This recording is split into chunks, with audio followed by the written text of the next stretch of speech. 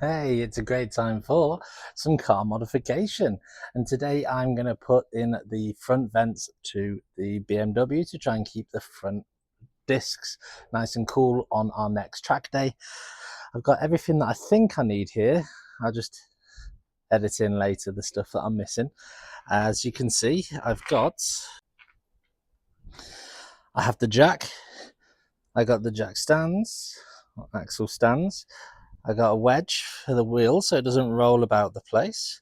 I got the trusty zip ties and duct tape and a hammer just in case it doesn't do what I want it to do. I got my power drill and wrench set. So the plan is, what I'm going to do is I'm going to jack the front of the car up. I'm going to take both of the front wheels off, and this right here, I mean, look at it, that is a perfect intake for me to put on both sides. A nice bit of cool air going to the back of the brakes. So the first thing I need to do is get this jacked up. So how do they do this on? All right, so I've got my mat ready because I don't like lying on the floor. I got my jack stands on both sides, if you can see through there, and the jack on the central one as well, just to be safe. Handbrake on. I've got a chock on the other side, and as you can see, I've got a few more tools out, as the job was, as ever, harder than I thought it would be. So first you've got to remove these and take the fog light out. Cool, so these are pretty easy. This is a little tool that I have, just a bit of plastic, and it comes really useful for things like this. You just want to turn this 180 degrees so the flat bit's there. Same with the top one.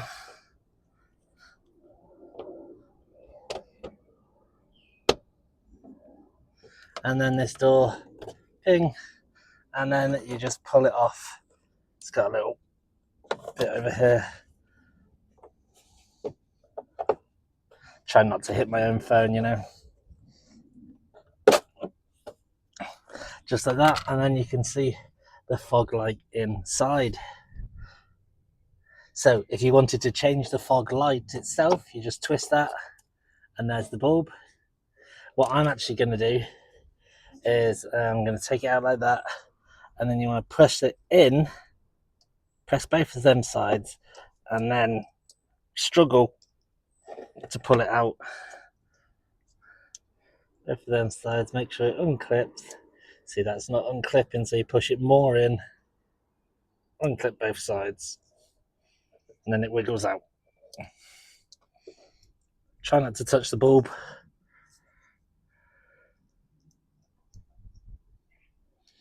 Like I say, I have no mechanic experience at all, which is why I did the other side, so I could sound like I knew what I was doing. But as you can see here, I'm still struggling with this. I don't know what I'm doing. And of course, as soon as I turned the camera off, it decided to let go. So now we have 4 screws in here, 1 on each corner. Just grab your screwdriver and take those off. They are a little bit stuck on there, but they come out quite easily. As always, there's always one. It was this one on the other side. So you got 1, 2, 3, and that 4. Yeah, that one was the mischief one. And then once you've got the 4 screws out, it literally just pulls straight out like that. And then you can find this on eBay sometime soon. And now we have our gap all the way through. So the next stage is to do the same with this one up here. That's actually how you get through to the headlights. If you want to change a bulb, that's another thing that I do, change bulbs. And that's about it, really. Yeah, maybe that's a better view.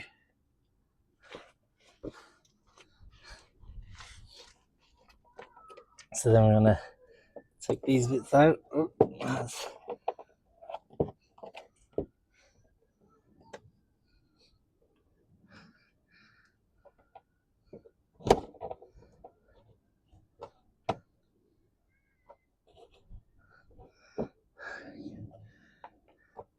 There we go. And so the sun is beaming on me.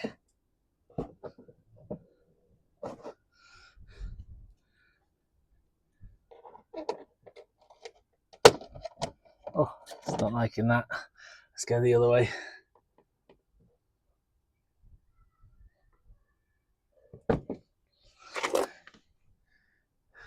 I've made no progress at all there.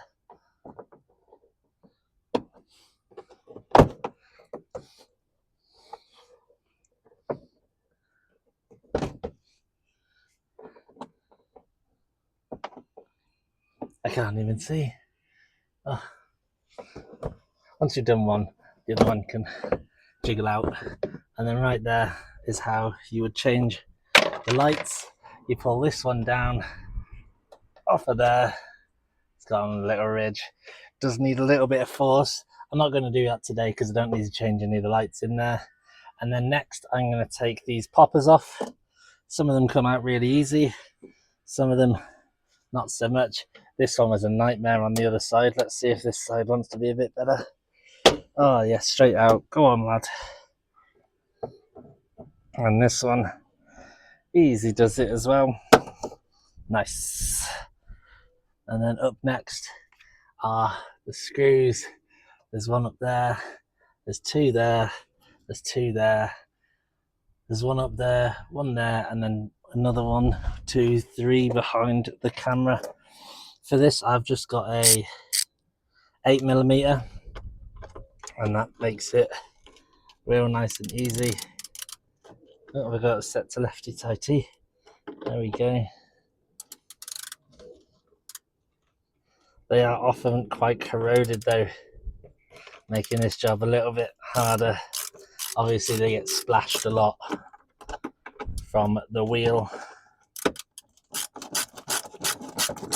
but once it gets going it's very easy. So I'm going to take out the rest of these and take the covering off.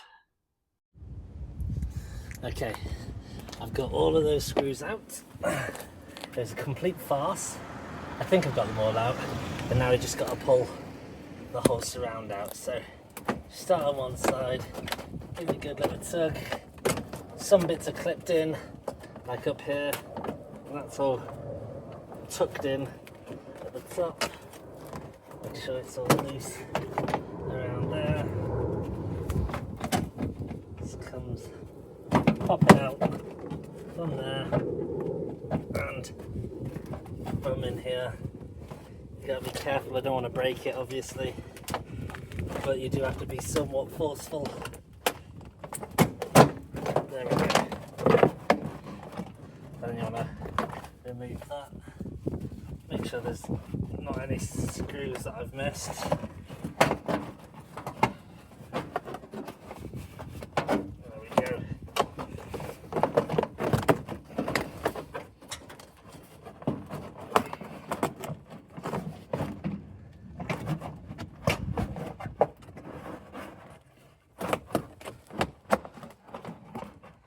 What's that stuck on?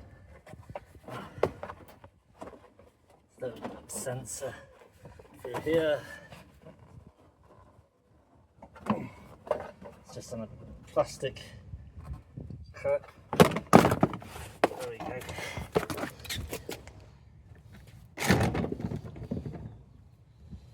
Put that gently to one side, and we can get a look in here of where our bits are going to sit. So you can either cut a hole in this bit that's hard to remove, and then there's slightly more clearance, or cut a hole in the bit we've just removed as we've already removed it. Not sure how much it is to remove that one. That looks like a couple of screws down there. I might have a little look while I'm here, because if it's just that bit, I might go and put a hole in that side here for the vent to come in and around, because on the other side I've got some clearance issues. But of course, the first time you do anything, it's not going to be perfect, and the second time isn't going to be perfect either. So a little story time for you. On this one here, I thought it would look good on the outside as it kind of fits. So naturally, I hammered it through, but I could only hammer it to this lip here, and then it was pretty much stuck, and it looked so bad on the outside. And then I spent a good part of half an hour trying to get it back, and then I found that it fits quite well on the inside, but this bit right here is quite a struggle. But that's how you do it. You through that gap, through there. This one's extra bendy, the other ones are a lot less bendy, and just like that, you don't cut your thumb, and that holds itself in quite well there inside the hole, as you can see. Then you just get trusty black, and you pop that on like it should through there, push it out. Whoops, oh no, it's all going wrong. Can you still see? Yeah, good enough. So push it all the way out, and then a little twist helps that on.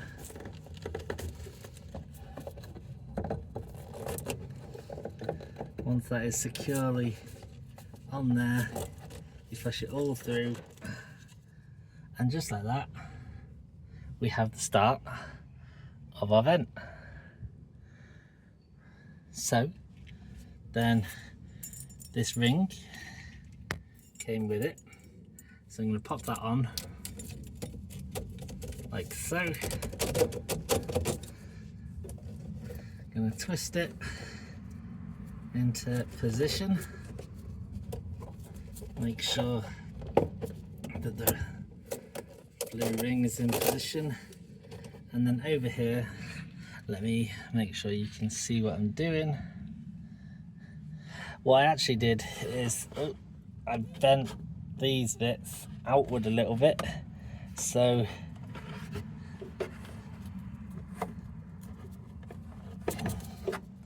they sit nicely with that bit there, and then you can use this hole and this hole to put your zip ties in, or you can also do it on the top,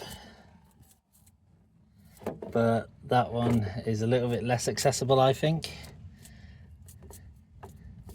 So I am going to use on the side like that.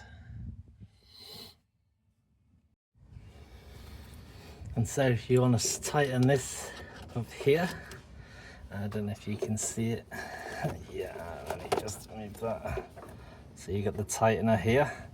Now this doesn't really work, so I've got this attachment on here. Whoops, sorry. And you just want to tighten it up. Make sure this has got good grip on the pipe.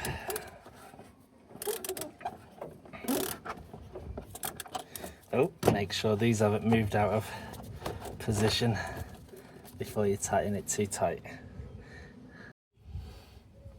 And now for the trusty cable ties. So I'm going to make sure it's in position. You want to give it the old reach around as well, give it a good feel, make sure it is good. Make sure your cable tie will come out in the right angle that you want it to. Pass it through both of those. You've got a big space on top, so put plenty through, and then try and fold it so you can grab it here. There we go. Nice and easy. And that is the first cable tie. And you want to tie this one off. These ones, interestingly, are reusable cable ties that I got from B&M. There we go. Let's make sure we push more of that through, because I want that to be in the right position. Yeah, there we go. Nice and tight in location.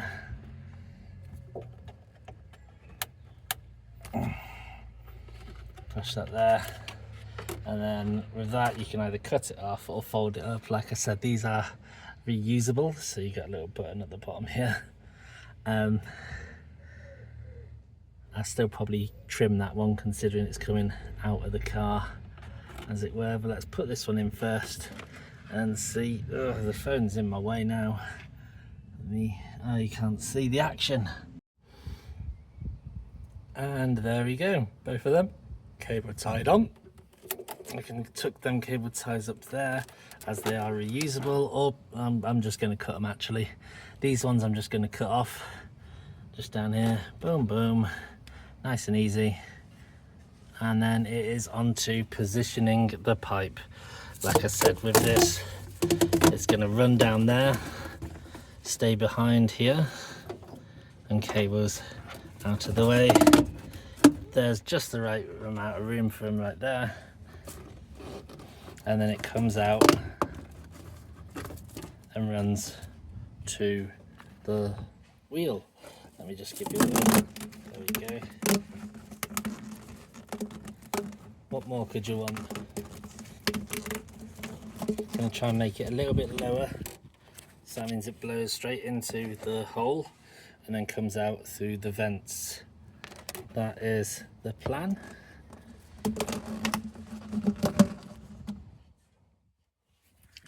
But what I need to do is cut a hole in the cover that goes here. Okay, so looking where we want that pipe. Remember, we're at the front, so we want the bit with the two holes, so that we know that is the front. Now, a little tip, I did my last hole a little bit low, and it was underneath this little ridge here. Don't know if you can see that. So this time I want to make sure I'm above that ridge, because that made putting this thing on with the pipe and all the fasteners, it actually made it really difficult. So, oh, my stand doesn't go any lower. There we go. As always, measure twice. Hey neighbours. Cut once. So we know this is the circumference of what we want. So I am lining that up with the ridge that I just talked about, taking the lid off, and this is a very poorly drawn circle of where I wish to cut. So up next is wrestling the jigsaw. One of the downsides that no one tells you about measuring twice is you get two different lines sometimes. So I'm going to go for the outer line on both sides. It doesn't have to be exact. Obviously the tighter the better around that pipe. So I'm going to set you up and you'll watch me jigsaw. So as always, I don't want to cut in from the edge. I want to keep that edge whole for a bit more structural integrity. So I'm just going to drill one right through it.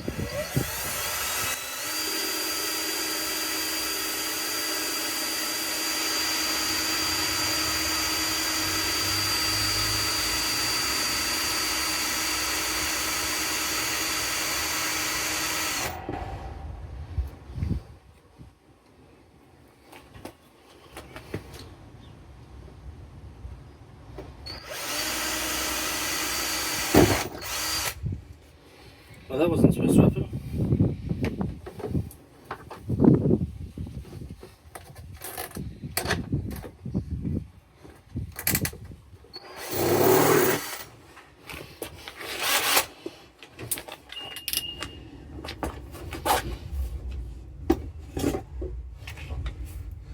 and then onto this.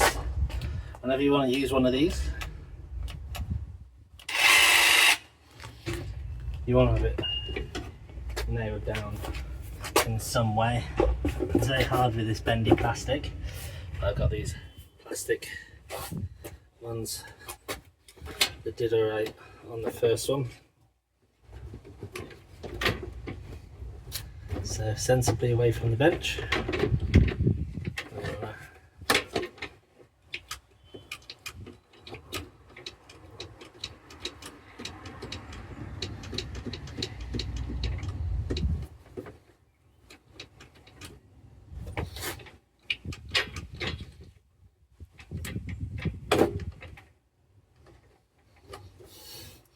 Fasten it down so it doesn't go anywhere.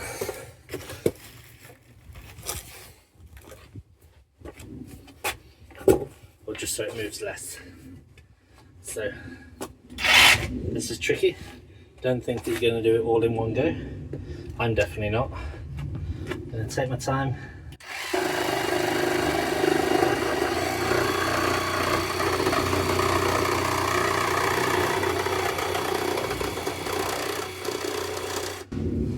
I'm going towards my hand. Swap over.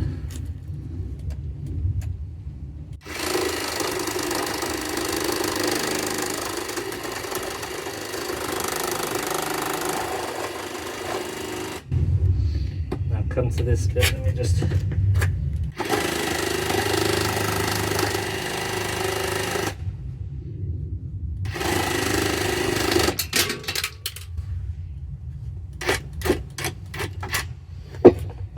things come off. The joys. Oh, the plastic feet shook off. That's a design flaw if ever I've seen one.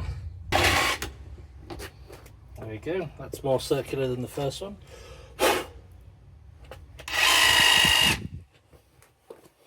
Let's go see if it fits.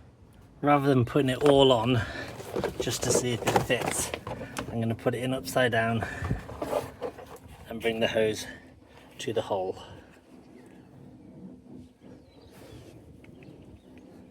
I hope you can see that.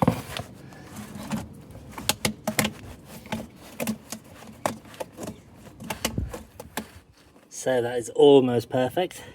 I just want to take a little bit more off the top here and that'll be done. You don't need to watch me do that. I'll be right back. Okay, because I'm more confident now that I've measured twice and cut twice, I'm just going to pop that into a rough position, and then the best thing is to try and get as much of this pipe through that hole as you can.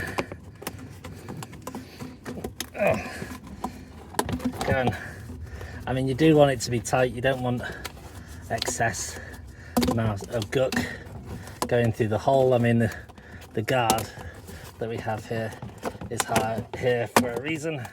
There we go. Let's just get this out of my face. Sorry, not the camera.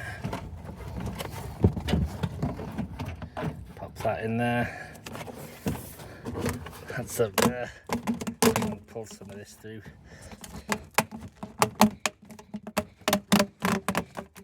There we go. And that does a favour of holding it in place. And yes, I am out of breath again. And yes, I do actually play some sports, weirdly, but my favourite sport is standing still on a board and letting gravity do the work. So, I mean, you can understand that why I'm fat and out of breath and tired. Oh, so tired. Alright, let's try and use up as much of this as we can. Get as much out of here as we can. Put it back there. There we go. Force it through. There we go. Ah. What was that? Yeah, it's alright. That sharp bit on there caught me. Alright, cool. So that is that. And so onto fitting. So this wants to come down a bit. I think I've actually pulled too much through, like the amateur that I am.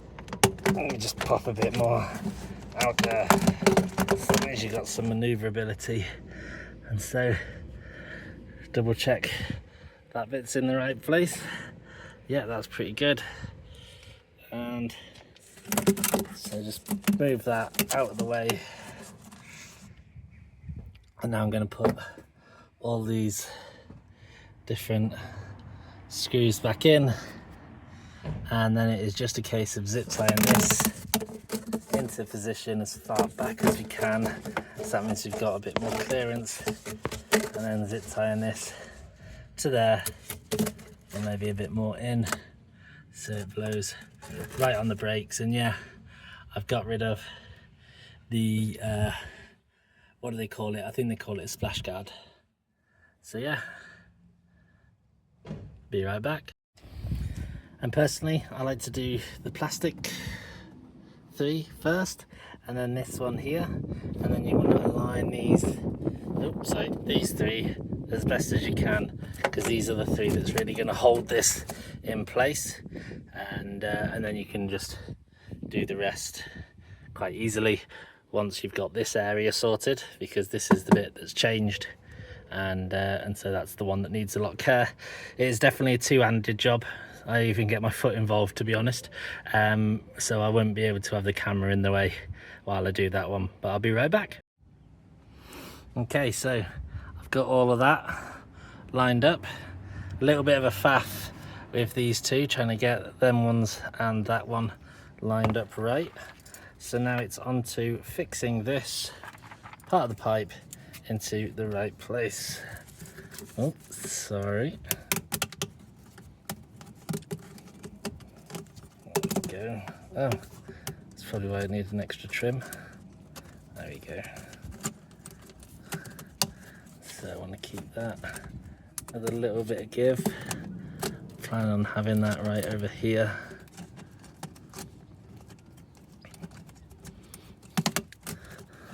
The wife has made me paranoid about it melting if I get too close to the brake. But obviously the closer you get to the brake, the better it is. So half a mind, let's pop that back through there. Hang on 1 second, put that up.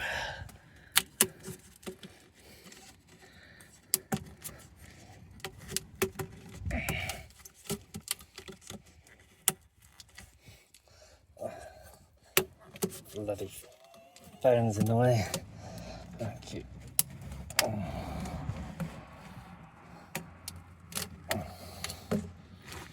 Right, I can't do this with the phone. I'll be right. Okay, so I've got the rim on. I've put that one around that bit. Oh, I'm actually gonna tighten that up. I want that to be on top of that bit and on top of that bit there. That one's just on the stalk. I tried doing it lower, but it kept on angling the cup upwards, and that's not what I want. I would just blow air up here, and that's pretty pointless. So I've got it angled down and as low as I can. As you see, that's there, and then I'm gonna have this all the way back there to give me as much clearance as possible. And you should be able to see that through the wheel as well, which is a bit cool, because we are all about the cool points. So let me just make sure that's on there, and then tighten that through there. And yes, I've got loads of freckles. It's not all dirt, although in Chinese they call it ink poo, which isn't exactly flattering. That's as tight as that's going to get, and that's as tight as that's going to get. So let's throw the wheel on, see if I can get any more clearance out of that. Don't think I can. I don't really want to strap it to that arm, but if it keeps moving I'll have to see what it's like when it's on the floor. First I'm going to put these two doors back on. They're really easy, so you don't really need to see that. Alright, that's everything hooked up. Wheel back on. I will mention though, the jack's a bit of a pain in the bum because you've got a central jack point that I'm going to line this up with now. Right there. Which I love having a central jack point, but it's too far under the car. So what I have to do is I now have to jack it up, take one of these out, one of the jack stands, because otherwise I couldn't get the jack from under it, and then I have to jack it up on the back end of that to get that jack out, because the car's too low for the jack to come out there. What a pain in the bum. Okay, so for an update, I have taken this out and I found some flaws with what I've done, so I'll obviously come clean and be honest. You can see a little bit of the wear on the pipe there. So what I have done first of all is on this strap, I have taken it from around this side to around this side, and obviously on top I've left it on that side, so one stops it from going that way and the other one stops it from going that way. I have installed the metal bit to just separate the heat from the plastic, because the plastic will melt a lot easier. I have upgraded this band. I've moved it closer so it can actually grab onto the metal bit as well. And as you can see up here, I've had to use a double tie to keep this as snug in that way. You're always going to lose full lock with a pipe this big. My best recommendation is get a smaller pipe. Obviously with the vent hole here doing what it does, it's still going to bring in a same amount of air, so I think a smaller pipe would have been a better choice, but this is the one that I found on yeah, it was Temu, of course, and this is the one that I'm dealing with. Obviously, you don't go full lock on a track day anyway, so it's not going to be a massive loss. I'm not going to notice it on the day other than when parking, and that's something for me to remember. But even before I put these ties on this side, I could still turn the wheel 2 full rotations and it not be rubbing. Obviously on the Z4, a lot of the other BMWs steal this steering for them because it is a longer steering rack, I believe, than most BMWs, just because you got the space here to do it. So the Z4 has quite a long or wide steering rack anyway, so taking a little bit away from it isn't going to do anything, but that is now steadily there. It won't move because what it was doing before was moving. Obviously this goes up and down, but when I put the wheel back on the floor, the wheel will be up here and that will be a little bit more smoother, but I'm hoping that this fixes my problem.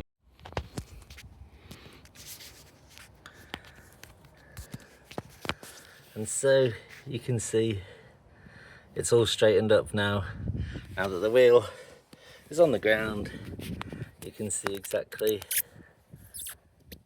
it's all aligned quite well, and if I just squeeze you through the wheel, you should be able to see I've got a bit more clearance back there. So I'm quite happy with that. So this is me at Cadwell Park testing out the air vent system, and this is me in my loft. So you know you've made it to the end of the video, and I'm happy to say that the modification worked. My brake pads have not gone down as much as they normally do, which means that I've kept a cooler temperature. Obviously at Cadwell it was a very hot day this week. You'll see that video coming very soon. I've also got a preparation video of all the things that I do to prep for a track day, so I've made sure to record it, and that should be some good viewing for you. And yes, before you say it, I am growing out my beard. Thanks for noticing, I do appreciate it. Trying to trim the greys though and failing, but thanks for making it to the end of the video. As always, like and subscribe so I can keep on making content and comments like this. Let me know if the build stuff is working for you, or should I just stick to the roads and tracks. So like and subscribe. Thanks for watching. You've been great.